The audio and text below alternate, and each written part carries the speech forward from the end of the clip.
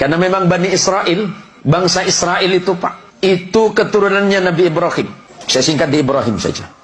Nabi Ibrahim itu keturunannya Nabi Nuh. Dari siapa? Dari darahnya Syam. Turun. Nanti kalau baca silsilahnya ke atas.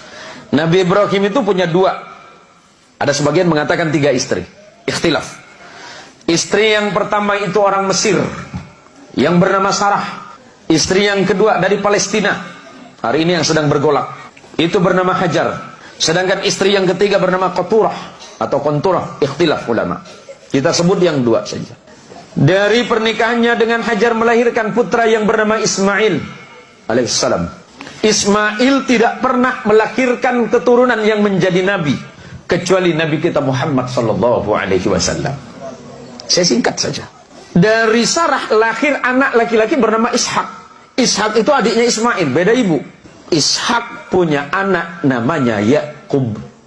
Yakub ini Allah berikan gelar Israel. Di dalam bahasa Ibrani, apa itu bahasa Ibrani? Bahasanya Nabi Ibrahim. Ibrahim bukan orang Arab.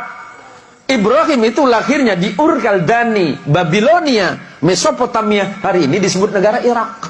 Ya, saya jelasin sejarahnya biar runut, biar tidak terjadi fitnah. Yakub Allah berikan gelar Israel. Dalam bahasa Ibrani disebut Ezrail.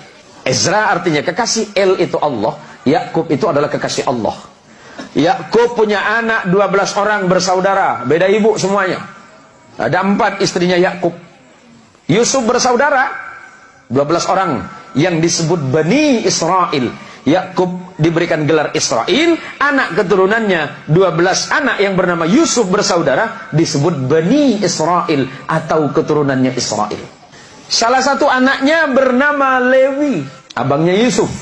Lewi punya anak namanya Imran, tapi bukan surat Ali Imran itu, beda lagi nanti. Imran punya anak 2 nama. Nabi ada 2 anak dari Imran, dua-duanya jadi nabi, Musa dan Harun alaihissalam. Abangnya Yusuf namanya Yahuda.